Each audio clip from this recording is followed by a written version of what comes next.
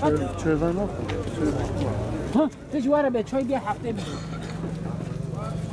بالغور بيها حاط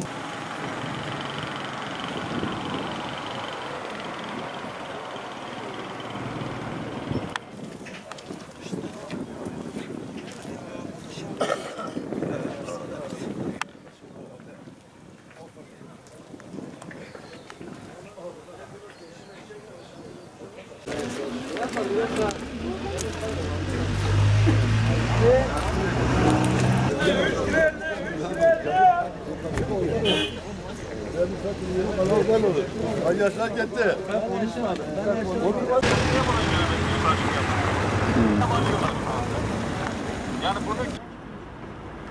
Ben biraz önce pazarı dolaştım da pazar yani bayağı sıkıntılı yani.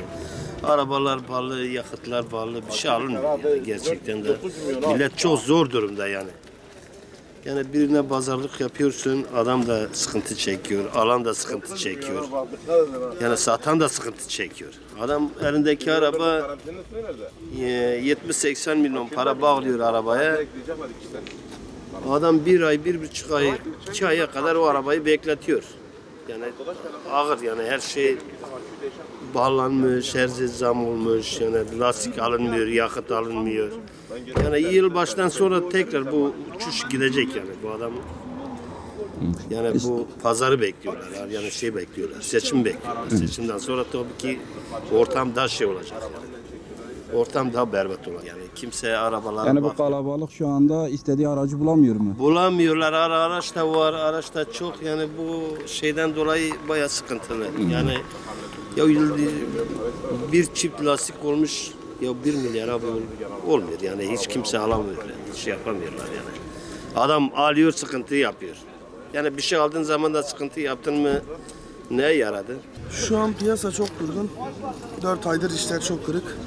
İşlerin kırık olmasının nedeni faizlerin yüksek olmasından dolayı. Şu an insanlar parasını faize yatırıyor. Parasını faize yatırdığı için esnafın işleri kırık. Tüm esnaf oturuyor. Piyasanın düzelmesi için faizlerin düşmesi lazım.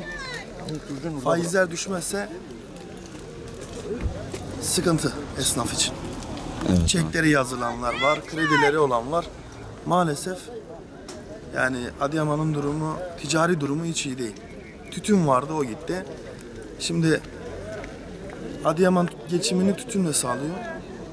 Tütün de kalktı. Adıyaman'la dışarıdan gelen de yok. Besni Antep'e gidiyor. Çeliken Malatya'ya gidiyor. Bir kah da Adıyaman'a geliyor. O da bizim ilçemiz. Yani kendi aramızda birbirimize malımızı alıp satıyoruz. Birbirimizi kısır bir döngü mü var? kısır bir döngü var şu an. biz hem alacağız hem satacağız. Peki piyasada durum nasıl? İstediğiniz fiyata alıp satabiliyor musunuz? Akaryakıta, lastiğe, ÖTV'ye gelen zamlar sizi nasıl etkiliyor? Bizi çok kötü etkiliyor. Özellikle yakıt bizi çok fena etkiliyor.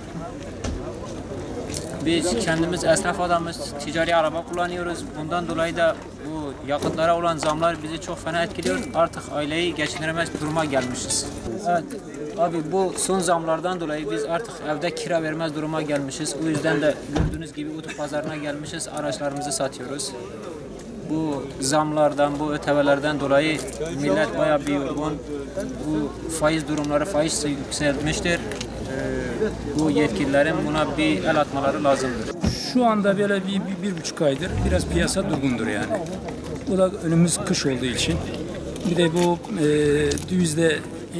dövizler aşağı inince araçlara fazla talep olmuyor. Şu anda burada ciddi bir yoğunluk var ama alışveriş yok gibi. Yani öyle iç açıcı bir alışveriş yok yani şu anda. Evet, peki piyasa durgundur. nedenler neler olabilir? Sadece döviz mi? Nedenleri söylediğim gibi yani şu anda doların düşmesiyle milletin çoğu parasını önceden dolara yatırdığı için şu anda dolar düşüyor. Millet onun için de artık ne satıyor ne de alıyor. Gücüm dışındalar, onu alırlar biraz, alamıyor. Alamıyorsun. Yani genelde vatandaş burası kalabalık herhalde araç alamıyor. Ne diyeceksin? Alamıyorlar. Kimse alışveriş yok yani. Herkes gelmiş, seyretmeye gelmiş. Bu zamların etkisi var mı? Çok fark var. Bundan evvel böyle değildi bunlar arasında. Maşallah 13 olmuş. 13.50 çıkıyormuş. Eskiden bu analarla undu yani. Son indirimlerle beraber ikinci ere de fazla yansıması beklemiyorduk bu kadar. Normalde fiyatların düşük olması gerekirken yani kendimiz uygun bir alış bulamadık fiyatların yüksek olmasından dolayı. Şimdi ikinci el piyasasının düşük olması beklenirken faizlerin yüksek olmasıyla beraber fiyatlarda pek bir düşük şeyler görünmüyor, hareketlilik görünmüyor. Bunu faizlerin yüksek olmasına bağlayabiliriz. İnsanlar bir meraklarını piyasa hareketliliğine bakıyorlar. Acaba gerçekten piyasada bir düşüş var mı yok mu diye onu görmeye çalışıyor. Bu da göremiyoruz. Kendimiz de göremedik zaten.